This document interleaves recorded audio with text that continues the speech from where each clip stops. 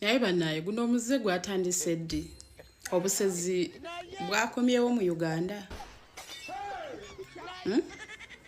kubanga amazima gennyini okwata otya ekifaananyi ky'omuntu afudde ne keesi nga bamufulumya n'oteeka wano n'otandika okuzina sayidi ki sayidi wa yaye ddala naye manya nti ebyo ebintu byemukola okuleka okulumya abantu baba bafiiriddwa abantu baabwe muswaza n'eggwanga anti wajaga abantu bano bali abantu kati nalabye omuntu yabadde azina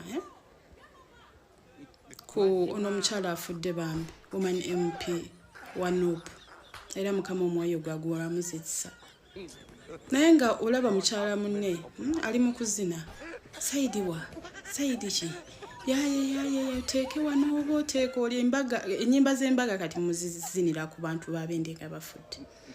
Let me tell you this.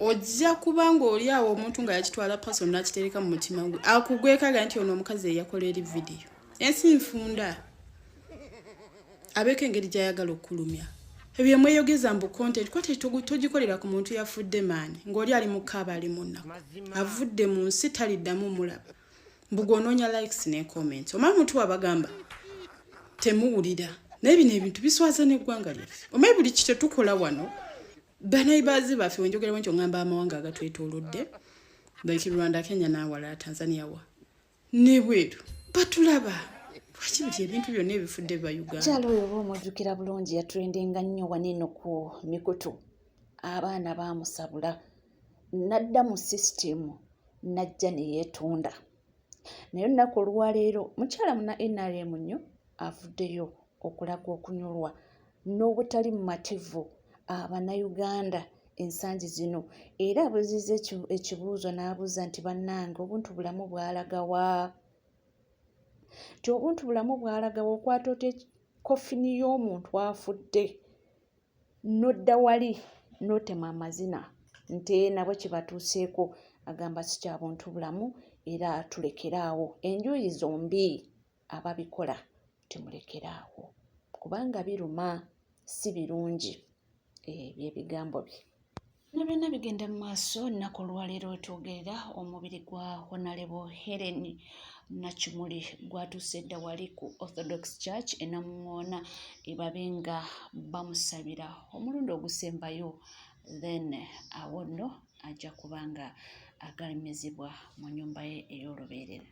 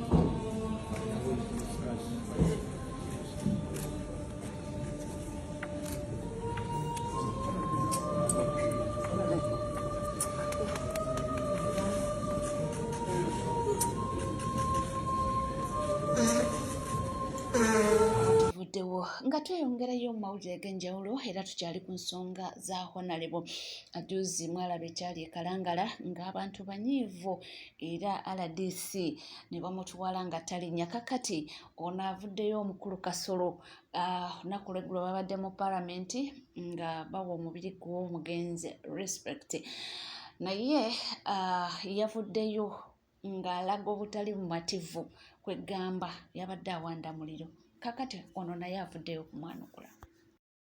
Yes, because I almost witnessed this in Kalangala Council yesterday when you attempted to stop the RDC to deliver his message.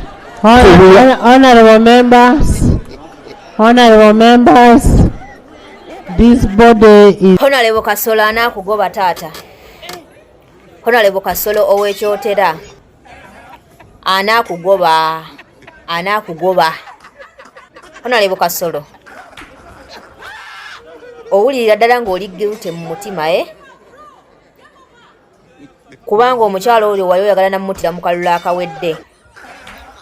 Watuuka n'okugula abayaaye bamukuba amasasi ekalangala eyo. Era nga weefuze Guleta Masaka yonna. Emivuyo gyonna egyagenda mu Guleta Masaka Honorable Kasolo wagiyinamu omukono. Kati okaayanira ku mulambo. Okaayana olaga obusungu.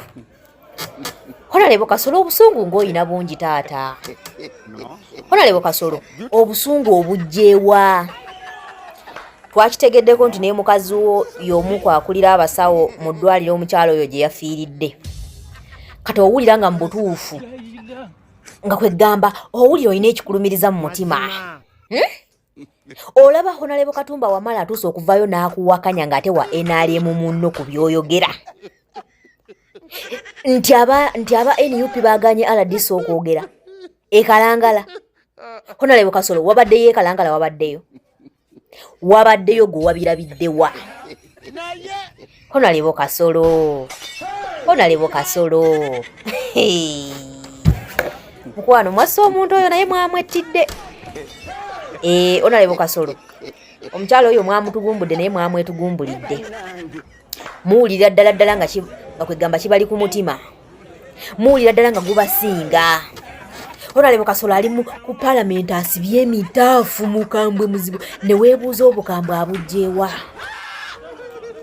Honorable Kasolo obukambwe obujjeewa mbwola owuli oyagala nnyo okulumirirwa olumiriddwa nnyo eriwuda butuufu Honorable akulumye nnyo Honorable Nakimuli akulumye nnyo owuli oyagala naggenda mu muziika ko toyagala bakutaataganya ng'ogenza omuziika ne bw'ota muziika mukwano ajja kgenda mu ttaka. Ne bw'ota ne Parliament ne bwetegenda abantu bokka bajja mwezikira bannakalangala bajja mwezikira bannaluweero bajja mwezikira gye bamuziika mmwe ne mutagenda kubanga tetubeetaaga batemu mmwe. N'omutunuulira yeekalakaasa bukyabawo simulabangako ku bufulo ya Parliament ng'alina kyayogera. Leero lwasituza okwogera kati afunye ebyokwogera. N'oluzungu nolwo lulinga olwange wano. Honorable Kasolo alina English. Eringa ya Subi 256. The broken one. Honorable Kasolo obusungu bungi. Alina obusungu omukazi yafudde Honorable Kasolo. Kye wali oyagala kuba wali oyagala namukuba amasasi mu kalulu ke tumaze.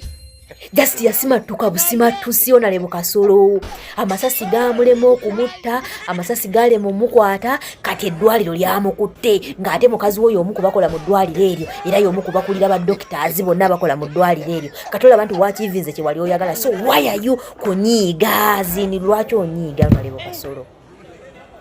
Honorable Kasolo tonyiiga. Your job has done. Mulimu gwo gwawedde. The woman has gone. So where do you get the loss? Ne bw'oziika ne bw'otaziika ogenze kudaala. Mwagala mulya? Honorable Kasolo mutuleke baddiya. Mwe mulina obuyinza naye temukisussa temujja kututta ate mutandikeko n'okuwa emirambo gyaffe ebitiibwa. Honorable Kasolo muboogera wandibadde olina ng'ozipinze up. Lwakuba nti owuli oyagala kwogera owuli omumwa gukusiiwa you are there celebrating ndowooza gwe ne mukazi wo ku luno mwakikozeeko. Honorable Kasolo mugi. Mukwano weewummuzeeko. Temujja kutta muntu ate muteekeko n'okuwa amateeka nga mumuziika. Muteekeko n'okuwa abakungu bazenkaaba. Muteekeko okuwa n'abaziisa amateeka. Temutumanyira ate kisusse. Mumanyeeko we mukoma. Muwulira kwegamba muli guilty. Kwegamba ne ku floor ya Parliament olabira ddala mbutuufu oyogera yenna amaaso go galaga obwa guilty kwegamba galagira ddala nti ng'alina ky'omanyi ku nfa y'omukyalo oyo yenna amaaso gakutta oti mu ngalo. Honorable Kasolo yenna by'oyogera tebigatta like tebi-addinga up. That's why Honorable Katumba Wamala the general avuddeyo nakugamba Honorable Kasolo please oswala tuswaleko ng'owaayiriza omanya abantu ba NRM Kasolo yamanyira okutema omugambo ku TV ku NBS yalowooza buli kaseera kutema mugambo. Omusajja oyo atema omugambo newe kiteetaagisa akonjera mulimba muyaaye kati era n'ebyokufa by'omukazi atandise obireetamu obuyaaye okutema omugambo atandise okutema kaba NUP omugambo gy'obeera yabadde yeekalangala ne bamugaana okujjayo gy'obeera yagenze ekalangala ne bamugoba gy'obeera yagenze ekalangala ne bamumma omuzindaalo Honorable Kasolo ofaaki n'ensi gwe kati nga mmwe mufa nga tugaana okujaguza mmwe Dekawo nga tukyeyongerayo mawulire ag'enjawulo n'agambye nti oba mumwagala oba temumwagala naye azonna ku lwaleero obubaka buno bugendera ddala eri banankyukakyuka.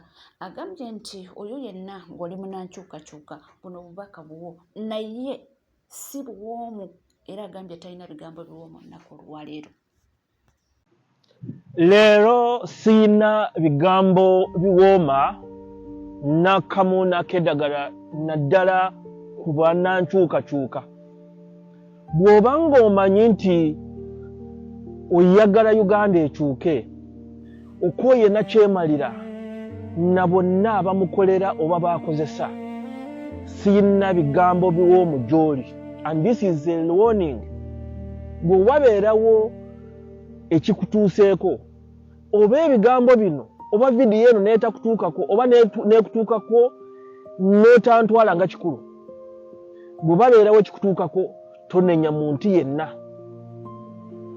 Omuntu yenna atwala ebigambo byange ng'ebyokusaaga ng'ebyolusaagiriro tomanyi ky'ozanyisa, kubanga Mukama yanyamba nembeera nga nkolera system yanakyemalira nga akola mu security, nakola n'abaminisita, nakola mu bitongole nga ndabo nabo embeera yabasobako nga ebigenda mu maaso baabikoowa naye bakolera mu ntiisa. Ebigambo bino mbyogera mu bulumi n'okulumirirwa bannankyukakyuka. Mukomuyo omuzze ogugamba nti nze ndi munnankyukakyuka ndi wa National Unity Platform naye abantu ba NRM sibalinako buzibu nsobola okubeera n'omuntu nga mukwano gwange nga wa Museveni nga wa NRM. Sebo nenyabo kyozanyisa tokimanyi. Sebo nenyabo kyozanyisa tokimanyi. Bwe banaakuwa obutwa oba ne bakutemula oba ne bakupangira omupango gw'okukutemula tojja wano n'otukabirira. We don't want every time to come here on media tutandika kugamba rest in peace or RIP. Obantu bozanyisa tobamanyi. Yesu omwana wa Katonda baamulyamu olukwe oba Yude yamulyamu olukwe yali abeera naye kumpi. Abantu ebiseera ebisinga abatulyamu olukwe abatutunda babeera so close to us. Alonda Nyakairema abamuwa obutwa yatambula nabo ku delegation yabeera nabo ku nnyonyi ne bagenda ne bakomawo bakozesa abali mu close naye bebawa Alonda Nyakairema obutwa. Abantu bonna abazenga batemulu bakozesa people abali close nabo. Abatemula Felix abatemula Felix omupoliisi bali close naye temudda ne mutukabirira. Abantu bonna abakolera Museveni n'abamukiririzaamu n'abakolera mu kitongole ekyo kya NRM bonna balabe baggwanga. Toyina kyotugamba, toyina kyobaagaza, teweesembereza sitaani, teweesembereza omusota gugenda kukuboja ssebo n'ennyabo. Last warning egende ku Nina Rose Akankunda, egende ku Margaret ono mukyala abeera boko nnyo owe Sembabuliyani mumuteeka ono no Margaret ono mukyala ali very boko nnyo. Egende ku Narukora Elias ne Semakula Rutamaguzi. bwe mubaaba nga evidiyo ene batuuseeko ebigambo byange nimubitwala nga ebitalina makulu, ezaamwe basime, entaana zaamwe basime mangu nnyo. Kubanga Nina Rose olivoko mwena bendemunyeeko ba Magureti, ba Rutamaguzi, ba Narukora, mwena mulivoko.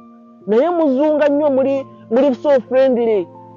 Mulowooza banno babakolako omukwano, bagenda kukozesa abo bokka, abo bonna be muzungiramu babawa obutwa oba babapangire babatemule. Bwe banaabaawo obutwa temujja wano ne mutukaabirira, naye bwe ebigambo byange bwe bibatuukako ne mutabitwala nga bikulu, ezaamu entaana basime. Nina Rose ono mukyala w'Essembabule, Erias Narukora ne Rutamaguzi, muzunga nnyo, muzungira nnyo ku media, muzungira nnyo ku TV ne radio za nakyemalira, muzungira nnyo ku Bukedde, muzungira nnyo ku Next Media, NBS, Sanyuka.